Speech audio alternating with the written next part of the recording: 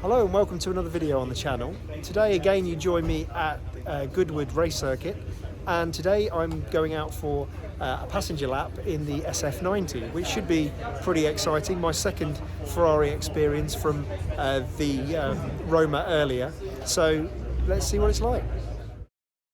When we accelerate out of the pit lane, we've effectively got E4 drive, so you've got drive from the electric motors at the front as well. Yeah. So we've got pretty much a 4 litre V8 behind us, 3.998 litre V8. The V8 combustion engine will produce 780 horsepower on its own. So a pretty impressive Ferrari V8. Sure. And then combined with that, we've got 2 Magneti Marelli motors in the front of the vehicle. They independently drive each of the front wheels. Right. And then we've got an electric motor in the back, made in the UK, made at Yassa, and that's pretty much straight from F1 technology, so very similar to what we run in the Ferrari F1 car. Sure. And when you combine all 3 of those motors on maximum discharge from the high voltage battery, you can get the equivalent of 220 horsepower. Wow. So when we run in the qualifying mode, we've got 1,000 horsepower available, which is really impressive. And then we've got everything in between. We can go from that down to performance, which will have 867 horsepower, so that will effectively charge and sustain the battery. So you could drive that all day long and always have that amount of power. To be fair, in qualifying mode we've always got 1,000 horsepower, because on a track like this we're braking so much and the regen is so good, we can't deplete the battery. So it will discharge it on the straights, then you get to the braking zone, it will charge it up. So you don't need that. If you were just going down an autobahn or runway constantly, you could effectively deplete the battery. And do you imagine then, the Ferrari imagine that a lot of customers would actually do a lot of track days with it, or? I think some would, I think the best thing, what this car would be great for, is touring.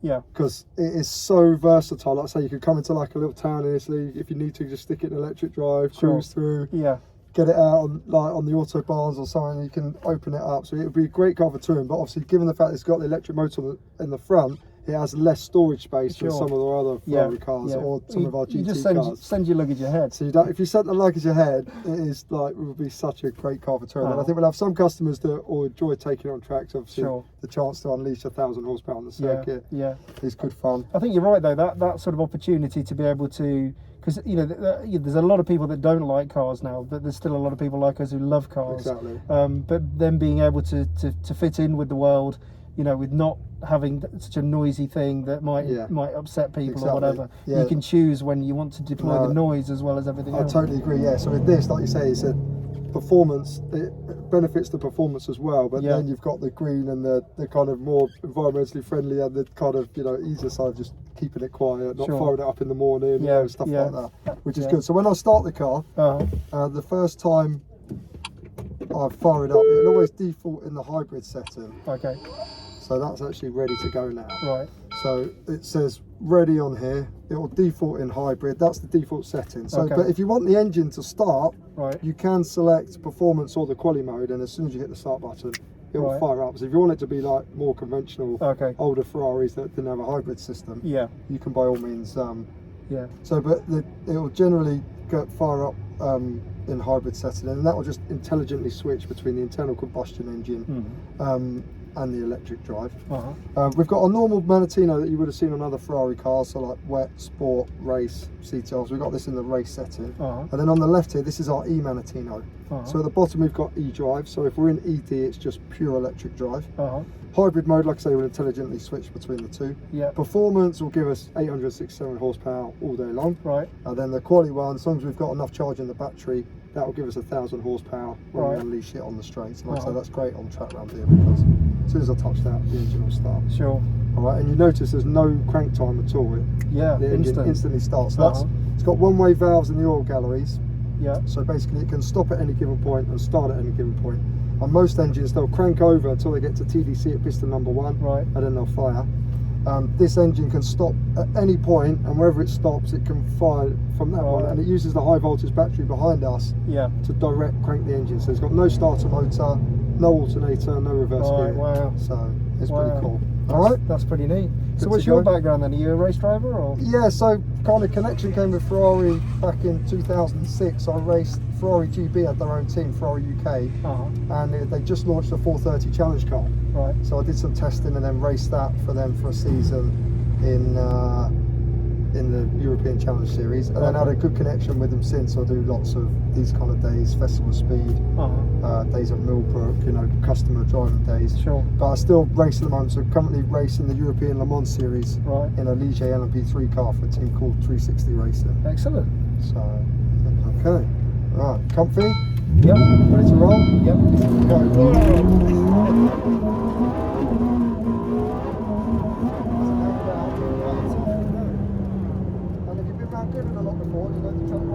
Just once with the just in the Lamborghini Hurricane.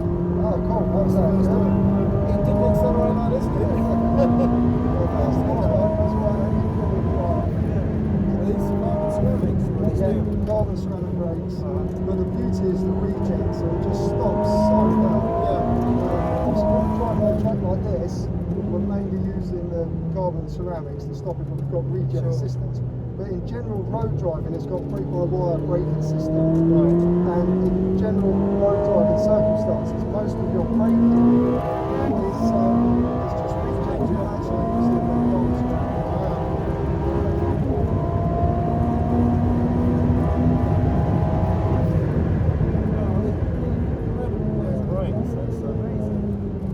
So with the regen as well, because the electric motors at the front, once you're over 120, 130 miles an hour, they disengage. So it goes real drive only. But when we're braking down there, we've got the same problem.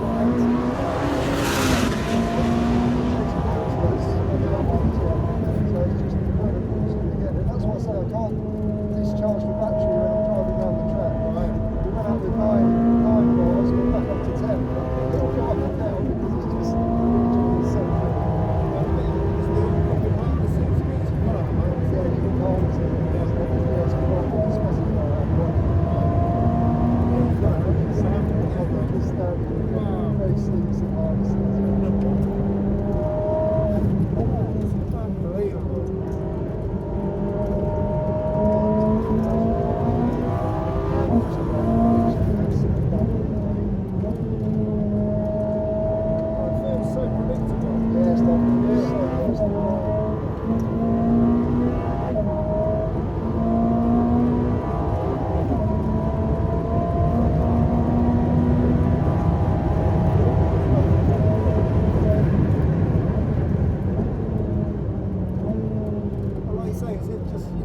Driving across the continent, it's just quite docile.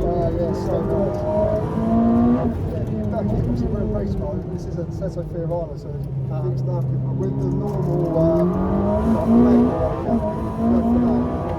Just quite close to the comfort, soften the gap right up, it's just amazing. So we'll have a bit more cruise back in. Yeah, it's incredible, eh? It is, it's amazing, It's so fast and stuff. To me, it feels faster in acceleration and sort of more like in the braking than the Lamborghini did. Does it really? Yeah, but I suppose this is quite a few years later in development than the Lamborghini. Yeah, potentially. But the Lamborghini, I suppose the engine's a lot heavier and it's a bit 10, isn't it, with the Lamborghini? So I suppose you'll see when you jump out, have a little look in the rear engine bay, just see how low that engine is. So down, the turbos are literally about an inch off of the bottom chassis. It's literally the centre of gravity. It's really there. You can feel that when you drive there, the balance of the car. So it's incredible. And then the traction up and went off the line. Obviously with the electric motors that you four-wheel drive. That's if the rear spins and starts to try and move, you won't cut torque from the rear. You'll actually just apply more to the front to pull you out. That's what makes the acceleration. And how much of a difference to you does it feel like from an F8 or something like that? Does it feel a bit different? I did loads of the F8 when it came out on the car. Did a lot around here. incredible, mind-blowing, and obviously it's a couple hundred kilos lighter than this because it doesn't have the hybrid system. So in terms of playfulness and drive, it's amazing. And then I think I did about 3 days on the bounce in this. And then I got back into an F8 and I was like, oh, is this okay? You know, I was something like 720 horsepower. And then I was like, I think it must be time for a good career change, because when your body's got acclimatised to 1,000 and 7's not feeling like enough, I think something's not quite right. I think that's how you end up in a Pagani, isn't it? Exactly, yeah. That's when you've got, there's nowhere else to go.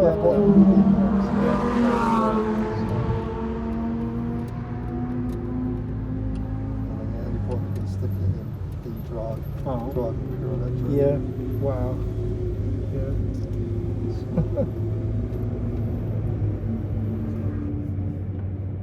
That's great.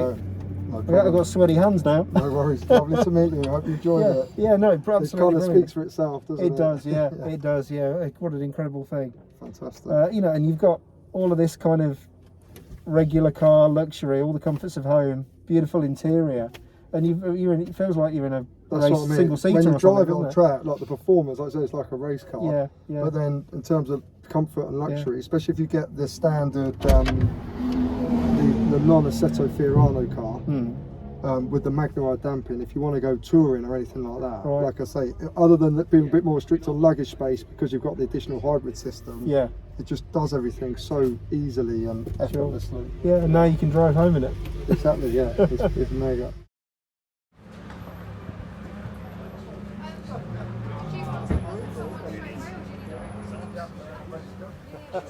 Wow, that is absolutely brutal. Compared with the Lamborghini, you can really see how things have moved on.